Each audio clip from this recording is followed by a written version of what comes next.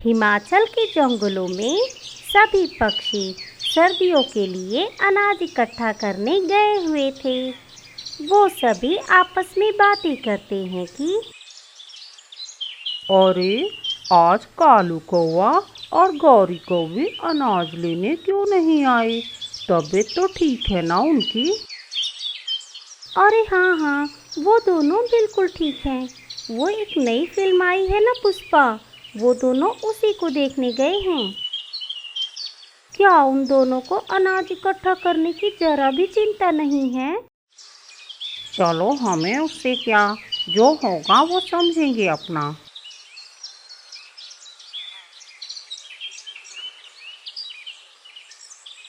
सभी अनाज लेकर वापस आ रहे थे।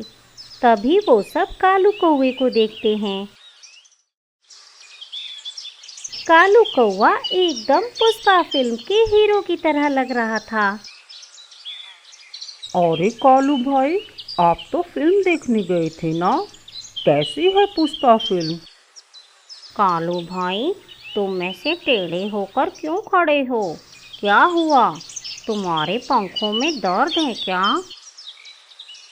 अरे मेरे कालू जी पुष्पाराज की तरह हो गए हैं। इस फिल्म का जो हीरो है ना, पुष्पाराज, वो ऐसे ही चलता है। कितने प्यारे लग रहे हैं ना मेरे सामी।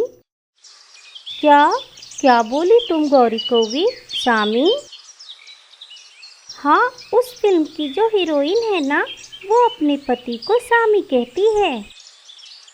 तू मुझे अपना स्वामी बुलाती तो मैं भी तुझे अपनी बाई को बुलाएगा, और जो बाई को बोलेगी मैं वही करेगा। लेकिन मैं झुकेगा नहीं साला। लो, ये दोनों तो फिल्मों के किरदारों में ढल गए। चलो चलो भाई, हम अपने घर चलते हैं। हाँ हाँ चलो, इनका तो हमेशा का यही काम है। फिल्में देखने जाएंगे और खुद को उस फिल्म का हीरो हीरोइन समझेंगे। अरे ये सब तो ठीक है कालू भाई, लेकिन सर्दियाँ शुरू हो गई हैं, बर्फ़ की बारिश भी होने वाली है। इससे पहले थोड़ा अनाज इकट्ठा कर लो, वरना खाने को कुछ भी नहीं मिलेगा। हाँ, और फिर ये हीरोगिरी तुम्हारा पेट नहीं भरेगी, समझे? तुम्हें मेरी चिंता करने की कोई ज़रूरत नहीं है।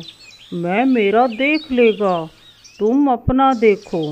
मैं अनाज लेने नहीं जाऊंगा। मगर क्यों सामी? तो मैं खाऊंगी क्या? अरे, अनाज उठाने के लिए अपनी गर्दन झुकानी पड़ेगी। कुछ भी हो जाए, मैं हरगिज झुकेगा नहीं साला।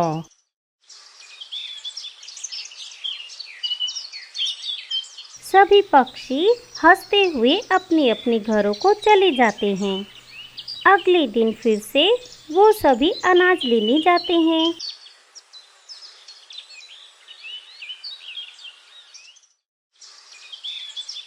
ये सारे पक्षी पागल हो गए हैं क्या? इतना सारा फल इन्हें दिखता ही नहीं। फालतू की मेहनत करते हैं सभी। ये सब तो ठीक है सामी, लेकिन ये सेब खत्म हो गए, फिर हम क्या खाएंगे? अरे तू पागल हो गई है क्या? इतना सारा सेब ऐसे ही खत्म हो जाएगा क्या? अरे पूरी सर्दी बैठकर खाएंगे ना, तब भी ये खत्म नहीं होगा। और आज के बाद ये पूरा पेड़ का सेब सिर्फ मेरा। एक भी सेब मैं किसी को नहीं लेने दूंगा। तो क्या तुम सबसे झगड़ा करोगे सामी? फिर तू मुझे हल्के में ले रही है क्या? उस दिन के बाद से कालू कौवा उस पेड़ से एक भी सेब किसी को नहीं लेने देता। उन्हें डंडे से मार मार कर भगा देता। ऐसे ही कई दिन बीत जाते हैं। सर्दियाँ अपने जोरों पर थी। जंगल में बर्फ की हल्की हल्की बारिश हो रही थी। पूरे जंगल में बर्फ की सफ़ेद चादर से जंगल की हरियाली ढकी हुई थी। सभी पक्षी अपने अपने घरों में गर्म कंबल ओढ़कर बैठे हुए थे। कालू कौवा और गौरी कौवी भी अपनी सेब खाकर आराम कर रहे थे। फिर एक दिन एक चील जो बहुत भूखा था वहाँ आया। अरे इस ठंड की वजह से तो एक भी पक्षी अपने घर से बाहर ही नहीं आता। मुझे बहुत भूख लगी है, मैं क्या खाऊं? अरे वाह, यहाँ तो सेब का भंडार है। ऐसा करता हूँ, सेब खाकर ही अपनी भूख मिटा लेता हूँ। और वो चील एक सेब खा लेता है। गौरी कौवी खिड़की से देख लेती है। एक चील हमारा सेब खा रही है सामी, हम क्या करेंगे? मैं अपना सेब किसी को नहीं खाने दूंगा। और वो दरवाजा खोलकर बाहर चला जाता है। अरे ओ चील के बच्चे, ये सेब का पेड़ मेरा है। तेरी हिम्मत कैसे हुई बिना पूछे इसे खाने की? अबे ओए कौवे के पिल्ले, तू क्या करेगा रे? मैं खाऊंगा भी और ये सेब ले भी जाऊंगा। अगर तूने मेरा एक भी सेब छुआ ना, मैं तुझे रप्पा रप्पा रप्पा काट डालूंगा। कौवा समझकर कमजोर समझा क्या? फायर है मैं। अच्छा, फायर है तू? अबे तेरी तो।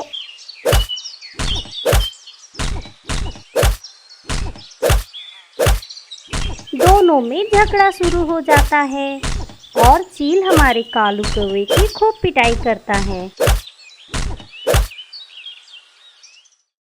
सारे सेब तोड़कर चील वहां से ले जाता है। मार खाकर कालू कौवे का पुष्पाराज बनने का सपना चूर चूर हो गया।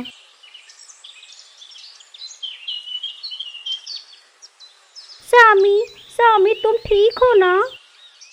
अरे काहे का सामी, मेरी हड्डियां तोड़ दी उसने और सारे सेब लेकर चला गया।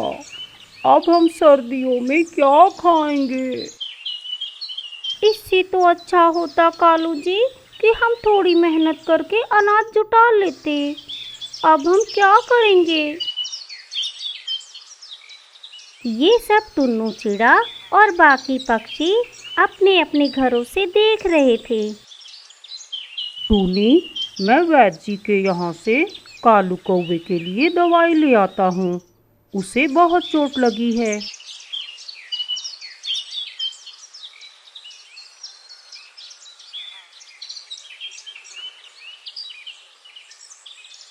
टुन्नू चिड़ा उल्लू वैद्य जी से दवाई ले आता है। टुन्नू चिड़े ने कालू कौवे के घाव पर दवाई लगा दी। मुझसे बहुत बड़ी गलती हो गई, आप सभी मुझे माफ़ कर दो। आज के बाद मैं दोबारा ऐसा कभी नहीं करूँगा। हाँ कालू जी, जंगल के सभी पक्षी हमारे दोस्त हैं। देखिए ना, वो हमारी कैसे मदद कर रहे हैं और हमने क्या किया उनके साथ। आज के बाद हम सब उनके साथ मिलजुल कर रहेंगे। कालू भाई, ये सब आपकी फिल्मों की आदत की वजह से हुआ है। फिल्म देखना गलत नहीं है, लेकिन उन किरदारों में घुसना गलत है। फिल्में तो हमारे मनोरंजन के लिए होती हैं। आज के बाद फिर किसी और हीरो का भूत नहीं घुसेगा आप कालू पर। चलो चलो, अब थोड़ा थोड़ा अनाज लाकर इनको दे देते हैं। इस सर्दी किसी तरह बिता ले ये दोनों। हाँ हाँ, और अगली बार अपना अनाज पहले से ही इकट्ठा कर लेना तुम दोनों।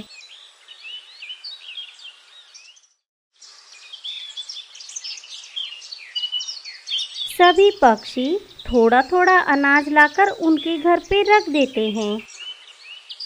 चलो भैया, अब इन्हें आराम करने देते हैं, हम सभी चलते हैं।